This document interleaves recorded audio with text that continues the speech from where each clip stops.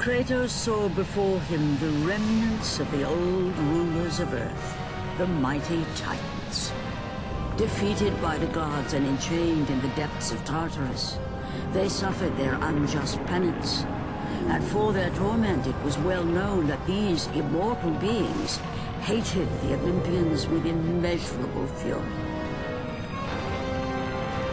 Hey, what's up, everybody? This is Big Benedict. This is God of War, Chains of Olympus on God, very hard difficulty. This is my guide, and I wanted to make this chapter in my video segments a little shorter. I wanted to just do a quick video for this one because just because of the sporadic checkpoints that they do, and to minimize anybody's confusion, and also to because if I have too many videos, it's hard for me to remember all the little oddities that go on with these checkpoints. So I just wanted to mention that in the last video I pointed out the two chests that were inaccessible to us because they were behind the gates, and this is how you get those chests. There's this box up here, and then once you jump down, there's a body that you could hit for health, and another there's 3 chests down here. So what happens is that there's a sequence that's the main sequence of this video where you're fighting a Cyclops truant up ahead, up the cliff, and if you die up there or restart the checkpoint after you do all this stuff in here, they start you at the very beginning of where I started in this video, and I didn't even know it, but they clear all these chests for you. They save all this data over here, so you don't have to go back into this area every single time, because that really would be a nuisance. But the weird thing is that the very first chest that I got, if you rewind it or if you remembered, that chest doesn't save, so you do have to get that chest right outside the door and right when I started this video. But you do not have to go up here every single time and do all that. They do save that data. It's really weird. And then there's something else weird that happens up here too. So if you die, just remember they're going to start you at the door, and just re-get that treasure chest by the door, but just never backtrack over there unless you want to test it out for yourself.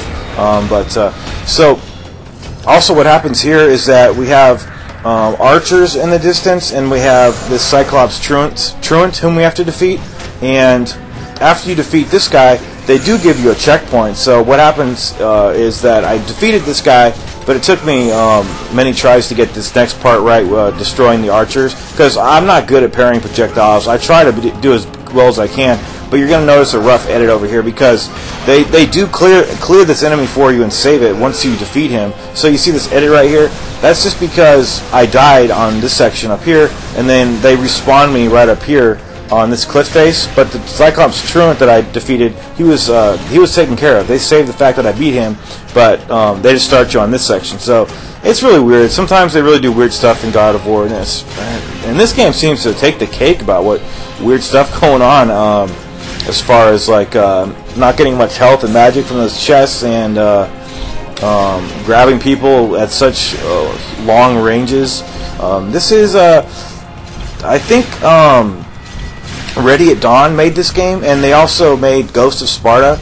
And if you ever play like those two games, the Chains of Olympus and then Ghost of Sparta back to back, you will notice the difference in quality. Like, this is a great quality title, don't get me wrong, but if you play Ghost of Sparta from Ready at Dawn, you'll notice like a revamped version of this game. I mean, it's a different campaign and everything. It's a completely different game, but they really fine-tuned everything in that game. So they even put like the QuickTime buttons the way they do in the God of War. They put them on the top, left, right, and bottom of the screen. So they don't put them all in the middle like this game. You can slide more, and it's just a refined. It's a refined copy of God of War.